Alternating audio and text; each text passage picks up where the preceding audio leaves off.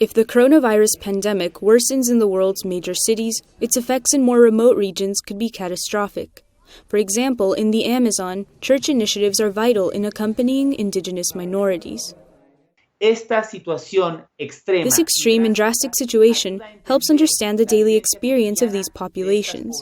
Now that it's happening also in Europe and North America, it invites us to look for new paths. The Synod didn't propose replacing existing paths, but searching for new ones to give the Church a more concrete presence.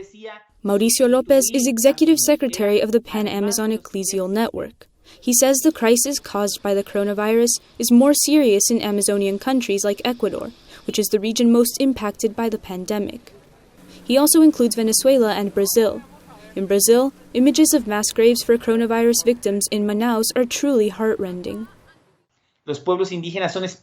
Indigenous towns are especially vulnerable in these situations, since they have a very short immunologic memory. Many of these communities have only recently been contacted and are thus much more vulnerable in these situations. It's also evident that there's an absolute lack of healthcare infrastructure and of accompaniment. These are communities that, even in the 21st century, don't have access to potable water.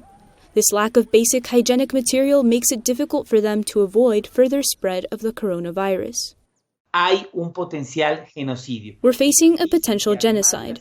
They say that because these territories face the highest levels of resource extraction to support all our Amazonian states and countries, inequality adds to the fragility of the situation, making them even more vulnerable.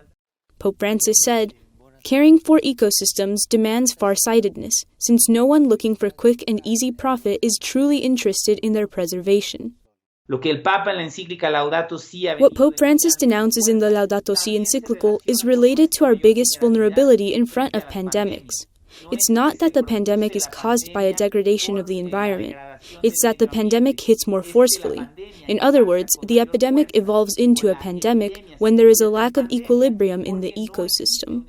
Equilibrium goes hand in hand with the extraordinary blessing Pope Francis gave during the pandemic. He called the health emergency the moment of our judgment, a time to choose what matters and what passes away, a time to separate what is necessary from what is not.